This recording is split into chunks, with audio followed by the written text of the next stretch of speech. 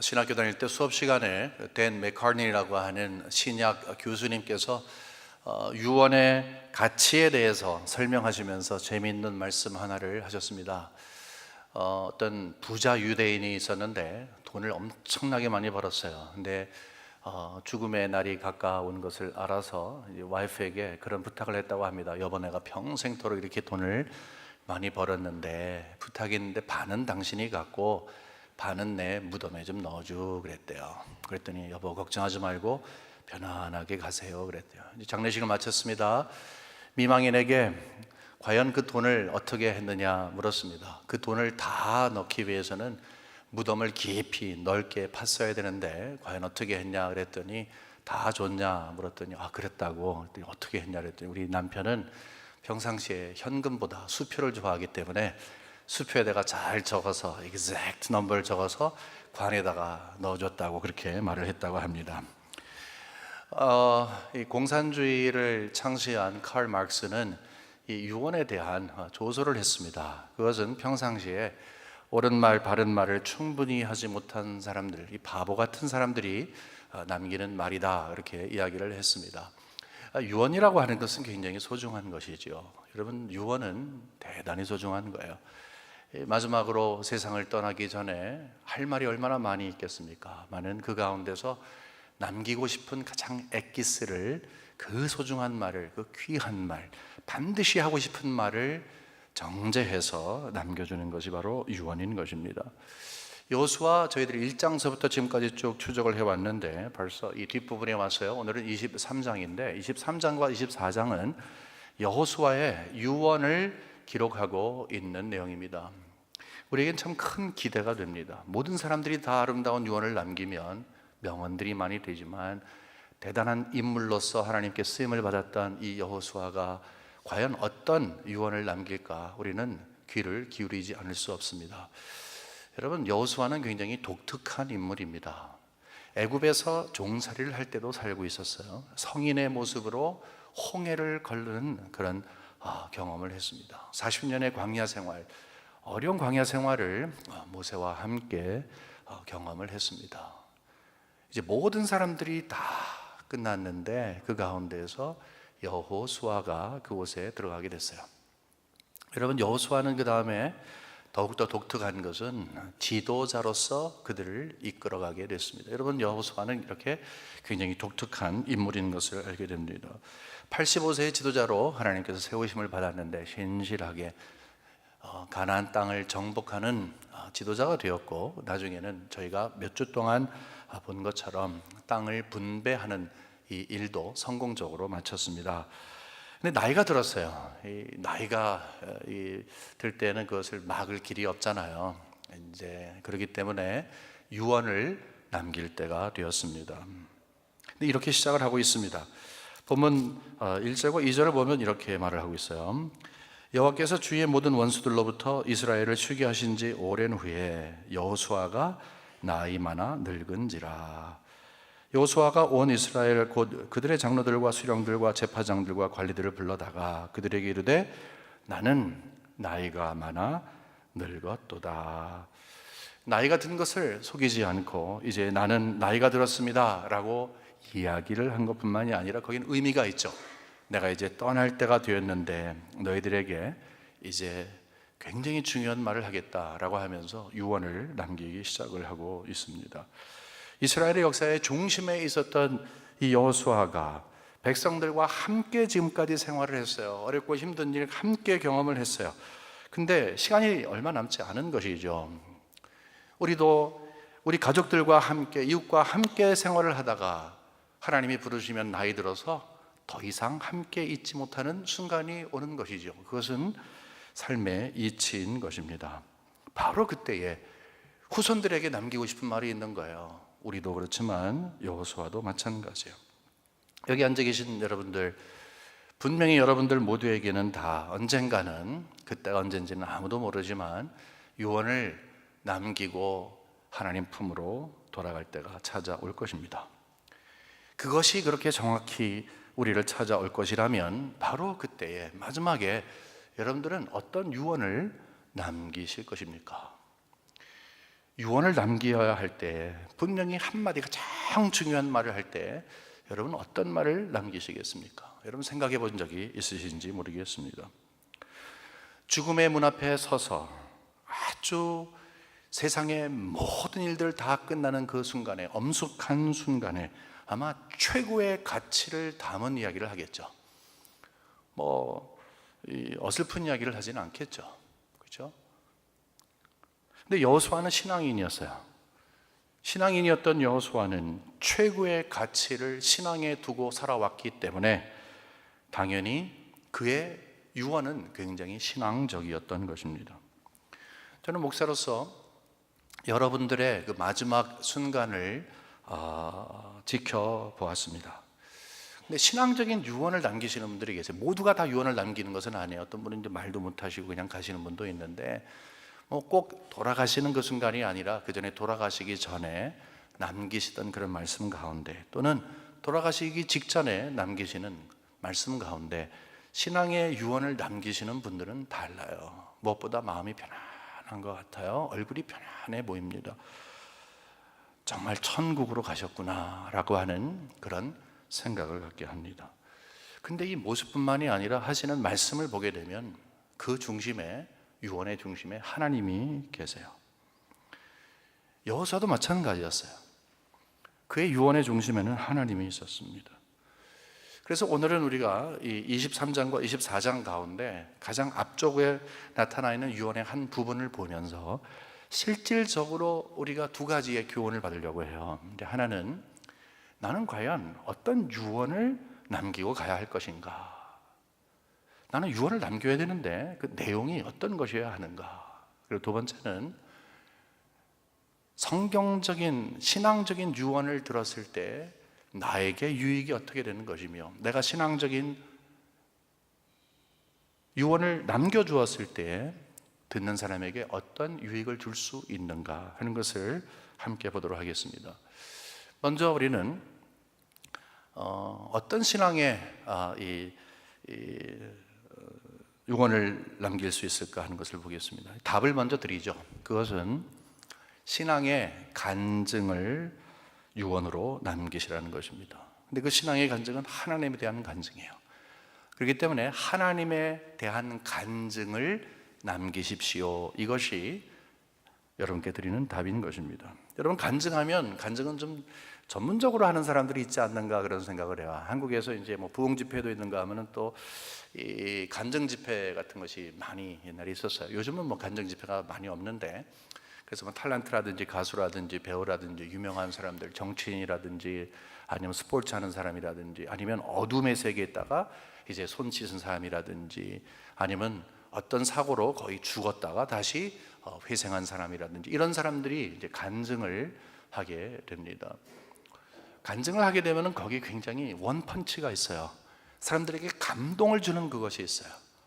와! 라고 하는 깜짝 놀랄 어떤 이야기가 있는 거예요. 근데 날 가만히 생각해 보면 나는 그런 간증할 거가 별로 없다라고 생각을 하는 거예요. 그래서 간증을 하는 사람이 하는 것이다 생각을 해서 나는 간증하고 별로 상관이 없는 사람이다라는 단정을 하게 됩니다. 여러분, 그렇지 않습니다. 간증이라고 하는 것은 하나님이 나에게 베풀어 주신 은혜와 사랑에 대한 반응이에요.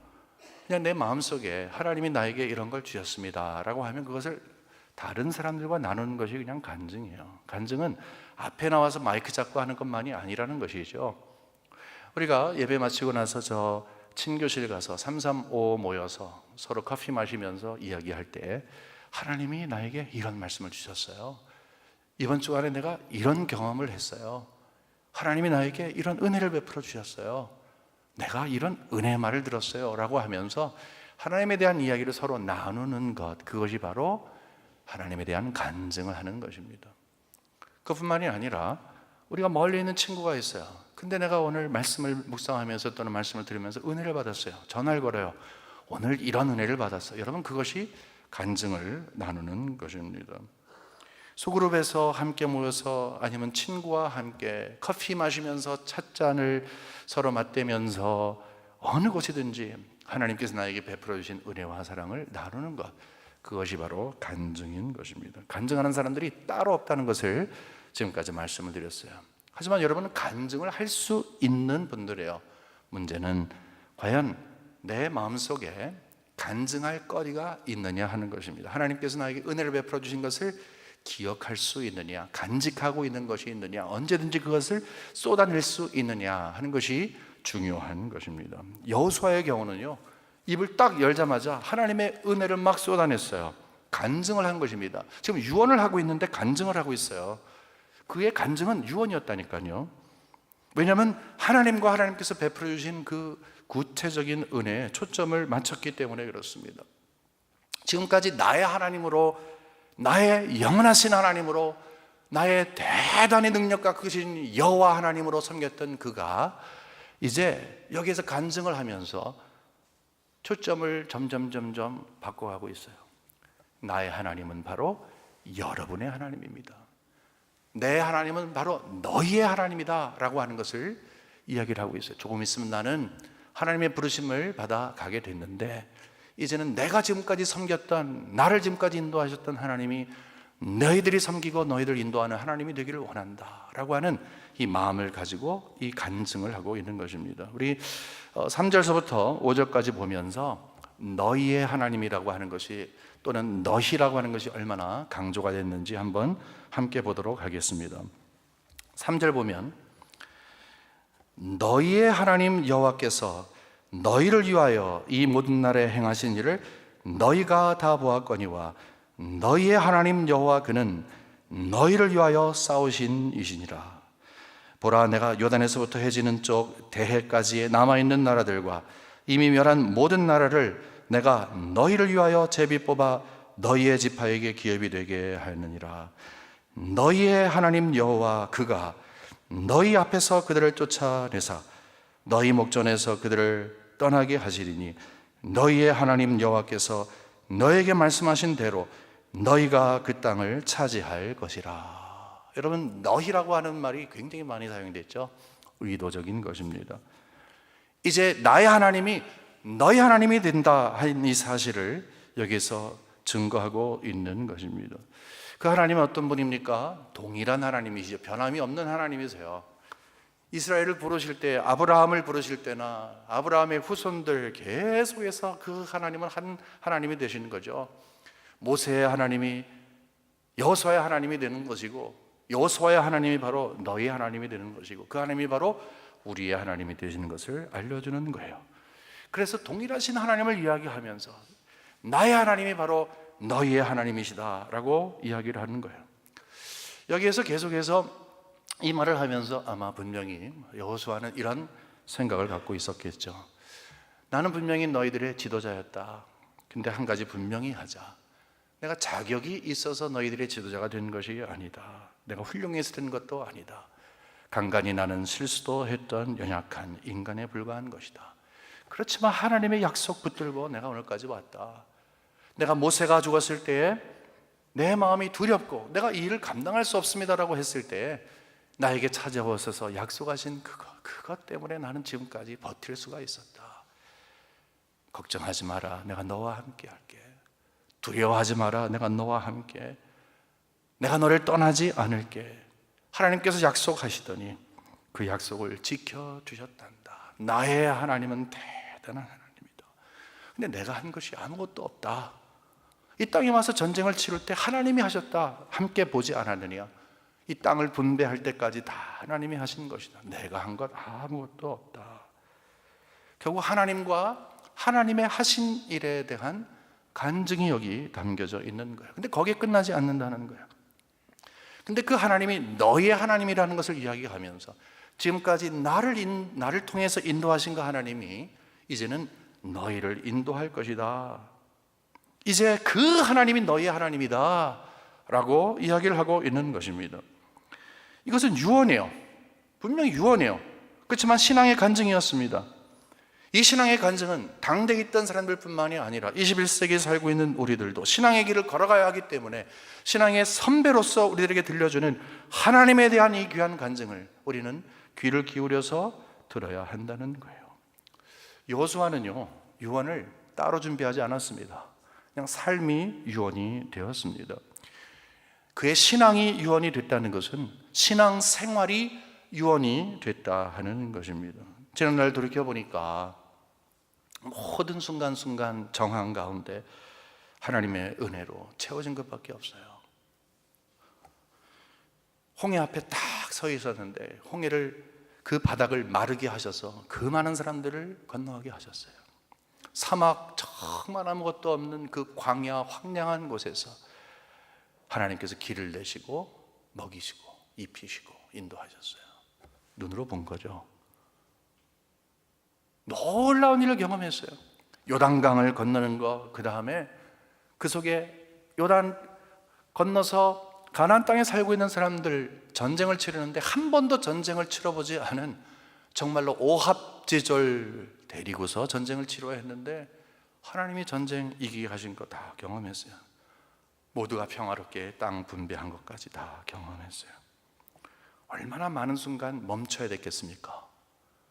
그 앞에 있는 일 때문에 딱 멈췄어요. 하나님, 더 이상 갈 길이 없습니다. 도와주세요. 길을 내세요. 딱 멈췄어요. 하나님, 어떻게 했으면 좋겠습니까? 그러면서 점점 여호수아의 마음속에 어떤 일이 생겼겠어요? 하나님을 신뢰하게 되는 거죠. 아, 역시 우리 하나님이시구나. 그리고 하나님을 의지하게 되는 것이죠. 그것이 하나님께서 여호수아에게 베풀었던 은혜이고 그것을 마음속에 새기는 거예요. 그 간증은 하나님과 하나님이 하신 일을 마음속에 채워 넣는 것이었습니다. 그것을 드러낸 것입니다. 근데 확신을 가지고 이제는 하나님을 소개하는 거예요. 아, 그렇더라. 뭐 여기 이렇게 기록이 돼 있다. 아, 그럴 것 같아. 근데 그럴 거야 라고 한 것이 아니라 확신을 가지고 내가 누렸던 하나님, 내가 가장 힘들었을 때, 가장 기뻤을 때, 어느 순간이든지 나와 함께 계셨던 그 하나님, 그 하나님이 이제 나를 부르시지만 이제 내가 그 하나님을 너에게 소개할게. 그 하나님 참 좋으신 분이야. 그 하나님을 꼭 믿어야 된단다. 이 말씀을 하고 있는 거예요. 그것이 바로 유언인 것입니다. 여러분, 우리도 평상시에 간증은 따로 간증하기 위한 삶을 준비하는 것이 아닌 것 아시죠? 그냥 삶은 그냥 삶인데 간증을 위한 다른 삶을 사는 것이 아니라 살아가는 과정 속에 하나님의 역사하신 것을 드러내는 것이 간증인 것입니다. 유언도 마찬가지예요. 신앙적인 유언도 마찬가지인 것입니다. 여러분 잘 생각해 보세요. 여러분 지난날 돌이켜 보세요. 하나님의 은혜를 얼마나 많이 체험하셨습니까? 여러분, 이 세상을 산다고 하는 그 자체가 힘든 일이에요. 저희는 우리 아이를 이렇게 보면서, 어린 아이를 보면서 야, 얘네들 세상을 어떻게 살지, 그런 생각을 한두 번 하는 것이 아니에요. 또 그런가 하면 우리가 그런 세상 살고 있지 않아요? 여러분, 마치 홍해 앞에 사는 듯한 그런 순간 얼마나 많아요. 반복되지 않습니까? 광야를 가는데 길이 안 보여. 광야와 같은 이 세상 나그네로 가는데 길이 보이질 않아. 여러분, 그런 경험 얼마나 많이 하셨어요? 가난을 대항해서 싸워야 되는데 나는 가진 것이 없어. 전력도 없어. 아무것도 없어. 근데 싸워야 돼. 여러분, 그런 경험 얼마나 많이 하셨어요? 근데 지난날 돌아보면은 그 순간순간마다 이상하게도 하나님께서 길을 내지 않으셨어요? 그때는 당장 죽을 것 같고 모든 것이 다 끝날 것 같았지만 지난날 보게 되니까 거기에 하나님의 흔적이 있다는 거예요. 특히 이민 생활을 경험한 저희를, 이민 초기뿐만이 아니라 지금까지도요, 이민 생활이라는 것 자체가 앞길이 막히고 내가 한인 이민자로서 할 수 없는 일들이 있을 때, 특별히 신분의 문제라든지 이런 것이 있을 때 정말 답답한 순간들을 얼마나 많이 경험했어요. 내가 할 수 있는 것이 아무것도 없는 그 순간을 얼마나 많이 경험했어요.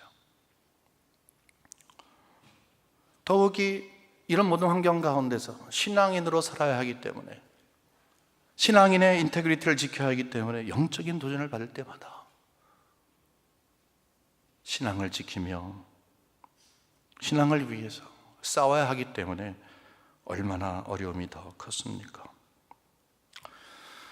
여러분, 지난날 돌아보면 이런 고백하지 않으세요?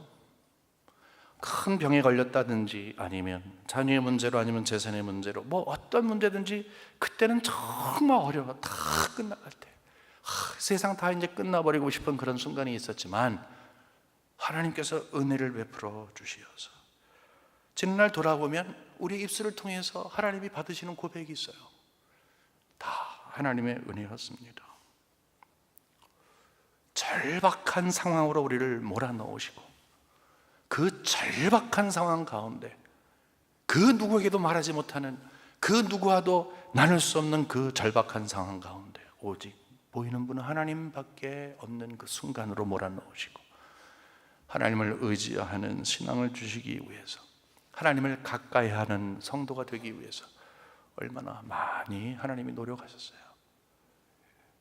바로 그 순간들을 우리가 기억하면서 우리는 하나님과 하나님이 하신 일에 대해서 말을 하지 않을 수가 없는 거예요.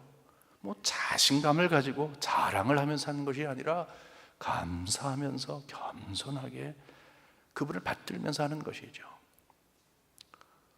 여러분들은 어떤 간증이 있으십니까? 하나님에 대한 간증이 얼마나 있으십니까? 여러분의 마음을 한번 열어보세요. 여러분 마음의 광주를 한번 보세요. 하나님께서 이렇게 하셨습니다. 하나님의 은혜를 얼마나 많이 축적하고 계십니까? 근데 많은 것들을 갖고 있다는 것이 아니라 그것을 통해서 여호수아가 이야기하려고 하는 것처럼 나의 하나님은 대단한 하나님이다, 이 고백을 갖고 계세요. 그러면 그 말 자체를 나누는 그것이 곧 신앙의 유산이 되는 것이고, 그 신앙의 유산은 신앙의 고백이 된다 하는 것입니다. 다음 세대에게 물려줄 것이 있다면 무엇이겠습니까?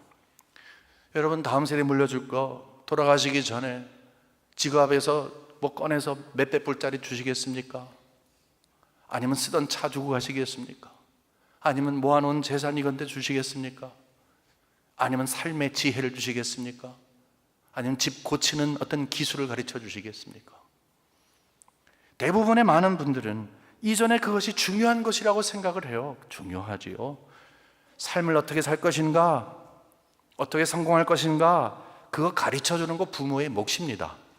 그런데 인생의 황혼을 바라보면서 점점 영적으로 철이 들어가면서 한 가지 알아가는 것이 있어요.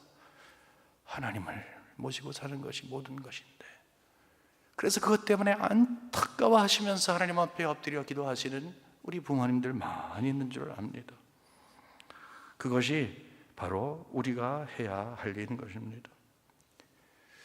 마지막 순간 하나님께서 우리를 부르실 때에 자신 있게 말했으면 좋겠어요.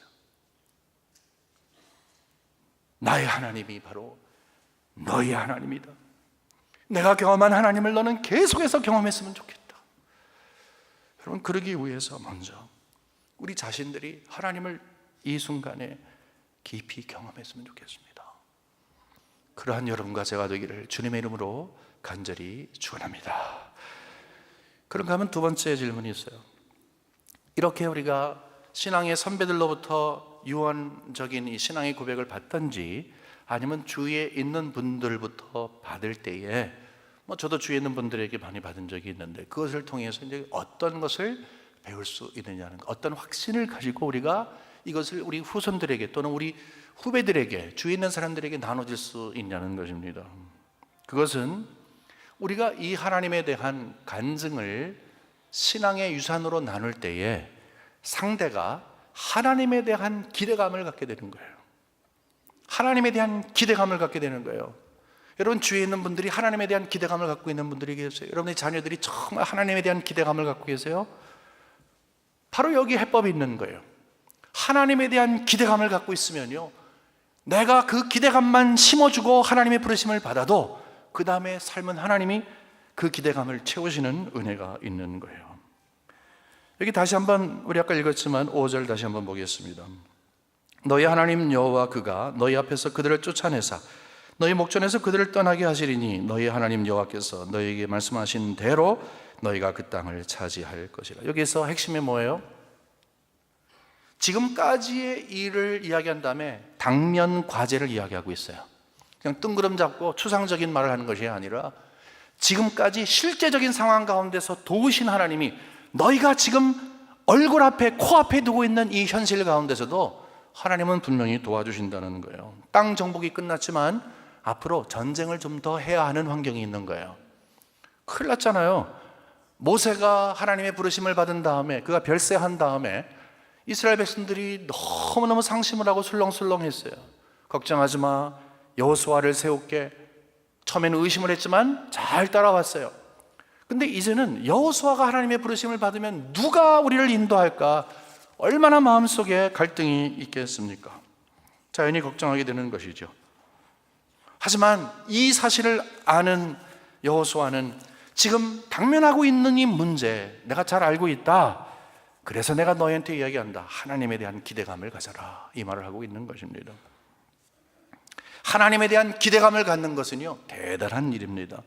기대감만 갖게 되면 생각이 달라져요. 방향이 달라져요. 관심이 달라지게 되어 있습니다.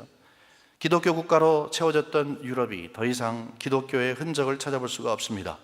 유적으로만, 역사 속에서, 그리고 박물관에서만 볼 수 있습니다. 청교도 신앙으로 세워졌던 이 미국, 점점 기독교의 영향으로부터 이탈하고 있어요. 저는 가만히 생각을 합니다. 1960년도가 미국에 큰 전환점을 갖고 있어요. 케네디 대통령이 있었고, 그 다음에 히피가 있었고, 비틀즈가 있었고, 아폴로가 있었고, 락앤롤이 있었고, 1960년도에 엄청나게 많은 일들이 있었어요. 그 전과 후가 분명했어요. 그런데 몇 년이 지난 다음에, 수십 년이 지난 다음에 미국 역사를 보면서 2010년대를 이야기하면서 그때 엄청난 변화가 있었다. 1960년대 이상으로 큰 변화가 있었다라고 얘기할 거예요. 헌법에서 말도 안 되는 것을 통과시키고 이제는 신앙의 기준을 가지고 살기에는 너무 힘든 일이 된 거예요. 기독교의 영향으로부터 이탈하고 있고 수년간에 완전히 이탈할 것 같습니다. 이런 환경 가운데 우리에게 분명히 어디에 소망을 둬야 하는데 무엇에 소망을 두겠어요? 조금 전에 말씀드린 것처럼 우리 아이를 쳐다보면 이렇게 불쌍해요. 얘네들도 애 낳고 이제 나중에 살 텐데 어떤 환경 속에 살까? 그러면 마음이 짠해집니다. 가슴이 아파요. 여러분 그런 거 못 느끼세요? 지금도 이렇게 힘든데 후대는 어떻게 살 것인가? 여러분 편안하게 눈 감을 수 있을 것 같아요. 정말로 영적으로 바라보면 여러분 무슨 말을 하겠어요?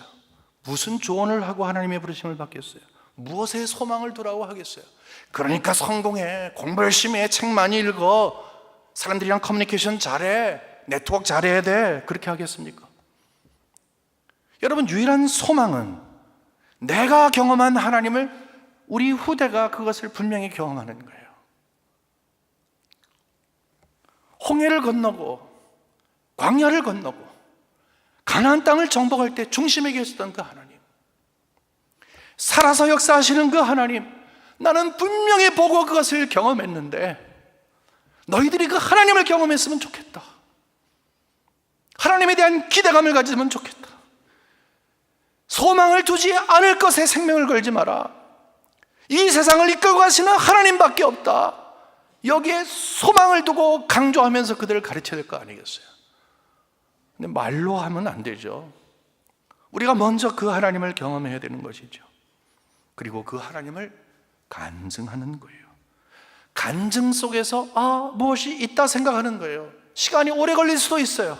삶으로 간증하고 말로 간증하는 거예요. 그냥 하나님을 드러내는 거예요. 하나님께서 어떤 분인지를 그냥 알려주는 거예요. 다른 것으로 머릿속에 심어지지 않도록 하나님에 대한 정확한 것을 이야기하는 거예요. 나를 붙들고 가시는 분은 하나님이신 것을 이야기하는 거예요.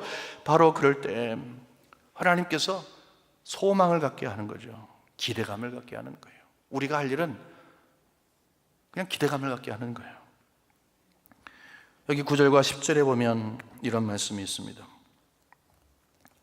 이는 여호와께서 강대한 나라들을 너희의 앞에서 쫓아내셨으므로 오늘까지 너희에게 맞선 자가 하나도 없었느니라. 10절도 보겠습니다. 너희 중 한 사람이 1000명을 쫓으리니 이는 너희 하나님 여호와 그가 너희에게 말씀하신 것 같이 너희를 위하여 싸우심이라. 당면하고 있는 문제는 싸워야 되는 거예요. 근데 말을 하는 거예요. 지금까지 내가 싸운 거 아니야. 하나님이 싸웠어. 너희도 하나님이 싸워주실 거야. 한 사람이 1000명을 싸우는 것 같이 한다는 거예요. 무슨 말을 하는 겁니까? 어려운 환경이 있을수록, 전쟁이 없으면 좋지만 전쟁이 있잖아요. 평화가 깨지잖아요. 이럴수록 우리가 해야 할 것은 하나님께 가는 거다. 소망을 하나님께 두는 거다. 왜냐하면 내가 지금까지 전쟁할 때 하나님이 싸우셨다. 내가 하나님 붙드니까 하나님이 싸워주셨다. 사람 붙잡지 않았다. 하나님을 붙잡았다. 왜? 한 사람이 1000명을 싸우게 한다는 거예요. 여기 우리 오해하면 안 됩니다. 내가 한 사람이 1000명 당할 수 있도록 하나님이 나에게 파워를 주십니다. 능력자가 되게 하십니다. 영적으로 근육이 뿔뚝뿔뚝 나게 하고 한 펀치하면 상대가 쫙 넘어지도록 하게 하십니다. 나는 이 펀치에 999명 플러스 1, 1000명의 파워를 갖고 있습니다. 하나님이 나에게 그런 파워를 주셨습니다. 그거 아니에요. 더 겸손한 모습을 이야기하는 거예요. 한 사람이 1000명을 대항한다고 하는 것은 나는 아직도 한 사람으로 남아있지만 999명의 몫을 하나님이 하신다는 거예요. 하나님의 방법으로 어떻게 하든지 하나님이 하신다는 거예요. 하나님이 이런 방법으로 우리에게 하나님을 체험하게 하세요. 여러분, 그 흔적이 있으세요? 그 흔적이 있으십니까? 내가 1대1로 1대1000으로 싸우는 것이 아니라 나는 더 겸손하게 하나님 알아서 하세요, 알아서 하세요 라고 하면서 하나님이 대신 싸워주실 것을 기대하냐는 거예요. 이런 환경 가운데 신앙이 깊어지는 거예요. 주위에서 우리의 유언을 남기는 유언을 전해들을 아이들은 바로 그것을 보면서 신앙의 정수를 깨닫게 되는 거예요. 여러분, 하나님에 대한 기대감이 회복되고 더 생기기 시작을 하면 신앙이 달라져요. 여러분, 신앙의 특징 중에 하나는 뭐냐 하면 신앙이 올바라지고 건강해지면 하나님의 말씀이 들리기 시작을 합니다. 잔소리로 들리지도 않고 이제는 그냥 정말 살아있는 말씀으로 들려요. 근데 여기에서 이 말을 한 다음에 기대감을 확 불어넣은 다음에 그 다음에 3가지 말을 하는데 평상시에 들었으면 또 그 말 이렇게 할 말을 여기서 하고 있어요. 3가지 말은 여러분 잘 아는 말씀이에요. 첫째는 말씀을 붙들어라. 얼마나 많이 들었어요. 하나님을 가까이 해라. 마찬가지죠. 하나님을 사랑하라. 물론 굉장히 중요한 이야기지만 이것을 남기고 싶었던 거예요. 여러분이 자녀들에게 남기고 싶은 말 그거 아니에요? 신앙의 후배들에게 남기고 싶은 말 아니에요? 저는 그래요. 하나님 말씀 꼭 들어라. 하나님을 가까이 해라. 멀리 가지 마라. 하나님을 전적으로 사랑해라. 이 말을 하고 싶어요. 근데 평상시에는 이 말을 하면은 그럴 사람들이 하나님에 대한 기대감을 먼저 이렇게 둔 다음에 이야기를 하니까 들려지기 시작을 했던 거죠. 여기 보면 6절에 보면 이런 말씀이 있습니다. 그러므로 너희는 크게 힘써 모세의 율법책에 기록되는 것을 다 지켜 행하라. 그것을 떠나 우러나 저러나 치우치지 말라. 뭐예요? 말씀 지키라는 거죠. 분명히 여기 말씀 지키라고 이야기하고 있습니다. 말씀을 붙들라고 하는 것입니다. 여러분, 하나님에 대한 기대감이 생기면 그것이 내 삶 속에 말씀 중심으로 이어져요. 그것이 이상한 거예요. 내가 왜 말씀을 중심에 살고 있지 않지?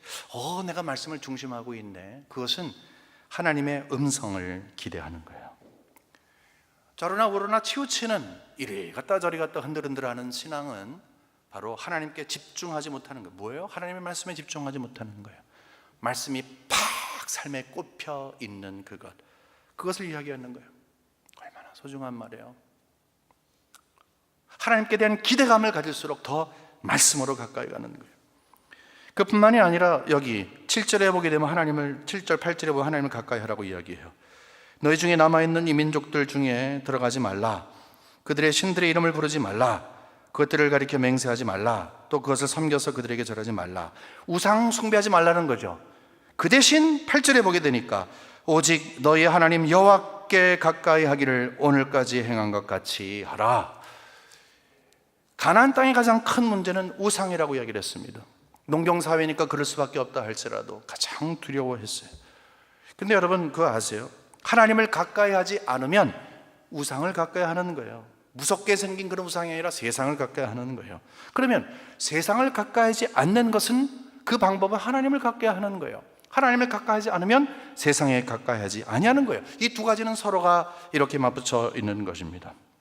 그렇기 때문에 우리들이 경건한 삶을 사는 것이 바로 여기에 우리의 삶 속에 중심이 있어야 되는 거예요. 우리 삶 가운데서요, 한쪽에 치우치면 다른 쪽을 무시하게 되어 있습니다. 하나님께 가까이 가는 만큼 세상을 떠나가게 되어 있는 것입니다. 보세요. 우상을 섬기지 마라. 그 대신 하나님을 섬겨라. 하나님을 가까이 하는 것, 멀리 대학을 갔어요. 멀리 장가를 가고 시집을 갔어요. 아이를 낳았어요. 우리가 원하는 것이 뭐예요? 그 아이들이 계속해서 신앙을 갖게 하는 거예요. 야, 주님 가까이 해라. 바로 여기 있는 거예요. 왜냐? 그렇지 않으면 세상을 가까이 하는 것이기 때문에. 하나님을 중심에 두면 우리에게 큰 변화가 있어요. 선택권을 양도하는 것입니다. 하나님만을 섬기는 것입니다. 그게 귀에 싹 들어오는 거예요. 하나님께 대한 기대감이 있으면. 하나님께 기대감이 있으면 말씀을 붙들고 하나님을 가까이 뿐만 아니라 하나님을 사랑하게 되어 있습니다. 마지막 절은 11절 보면 이렇게 기록이 되어 있습니다. 그러므로 스스로 조심하여 너희의 하나님 여호와를 사랑하라. 여러분, 사랑이라는 것은 상대를 인정하는 것입니다. 상대를 인정하는 거예요. 있는 모습 그대로 인정하는 것입니다. 하나님을 사랑하라고 하는 것은 하나님을 인정하는 거예요. 여러분, 상대를 인정하면 상대 것이 좋아지고 사랑하는 만큼 그것이 나의 것이 되기를 기뻐하는 거예요. 다 공유하길 원하는 거예요. 앞에 이야기한 두 가지가 있잖아요. 말씀을 붙들어라, 하나님께 가까이 하라, 이 두 말이 있잖아요. 이게 굉장히 쉬운 것은 아니잖아요. 근데 하나님을 사랑하면 그것이 자연스럽게 이루어질 수 있다는 거예요. 여러분, 예수님께서 이 땅에서 저희들에게 그의 삶으로 또 말씀으로 남기신 유언들이 있어요. 예수님은요, 정말 철저하게 하나님 중심의 삶을 살았어요. 어떤 것을 하든지 아버지의 뜻대로, 아버지의 뜻을 구하기 위해 기도하였고, 십자가를 질 대로 나는 원치 않지만 아버지의 뜻대로 하겠습니다. 예수님의 마음에는 하나님과 하나님의 하신 일로 가득 채워져 있었던 거예요. 본을 보여주신 것이죠.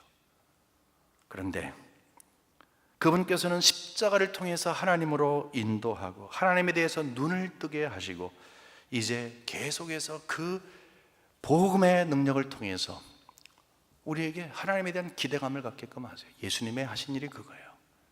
예수를 제대로 믿는 것은 기대감을 갖게 하신 그분의 은혜로 기대감을 채우는 거예요. 주의 성령의 도우심을 통해서 우리는 말씀을 붙잡고 그에게 가까이 갈 수 있는 거예요. 그를 사랑할 수 있는 거예요. 언젠가 우리는 다 하나님이 부르시면 모든 것 다 뒤로 두고 가야 합니다. 죽음의 문을 열고 들어가는 순간 우리는 분명히 깨닫게 될 것입니다. 아, 내 신앙의 후배들, 내 자식들에게 남겨줄 가장 훌륭한 그것을 내가 남겼는가 확인할 것입니다. 여러분, 무엇이라고 생각하십니까? 신앙밖에 없어요. 신앙의 길밖에 없어요. 그렇기 때문에 우리는 하나님에 대한 간증이 있어야 돼요. 하나님과 하나님의 은혜에 대한 예민한 마음을 갖고 있어야 돼요. 그것을 마음에 담아둘 수가 있어야 돼요. 기회가 되면 그것을 표현을 해야 하는 것입니다.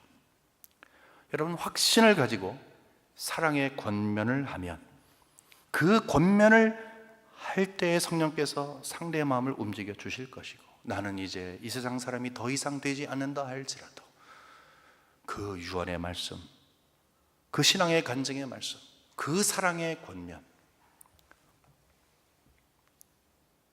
그 말씀을 마음속 중심으로 받고 살기 위해서, 신앙을 체험하기 위해서 얼마나 노력을 하겠어요. 그러므로 우리에게 숙제가 있어요. 그러한 간증을, 그러한 유언으로 남기기 위해서는 바로 이 순간 그러한 간증에 부합한 삶을 사는 것입니다. 하나님 중심하며 하나님의 은혜를 사모하는 삶을 사는 것입니다. 귀한 삶을 사시기를 주님의 이름으로 간절히 축원합니다.